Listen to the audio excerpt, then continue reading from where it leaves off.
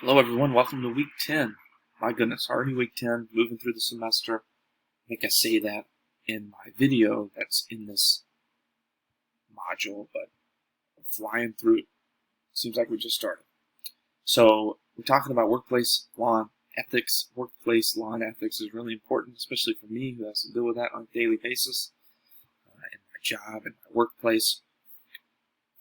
So, be sure to do this chapter. Be sure to take a look at all the things I have highlighted here. Further, make sure you look at Chapter 8. Review questions. Just standard, like we normally do. Just a normal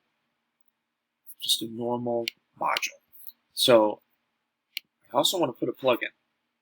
Your legal research paper is due by tomorrow, end of day. And I still have some people that have not submitted yet.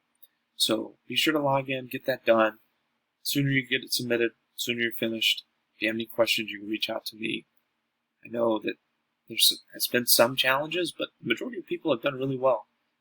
If you apply yourself, you're just fine. Follow the guidelines that I put forth a while back in some of these modules, and you should be all set. But I think things are going really well. I know exam 1 was tough for people, but don't fret.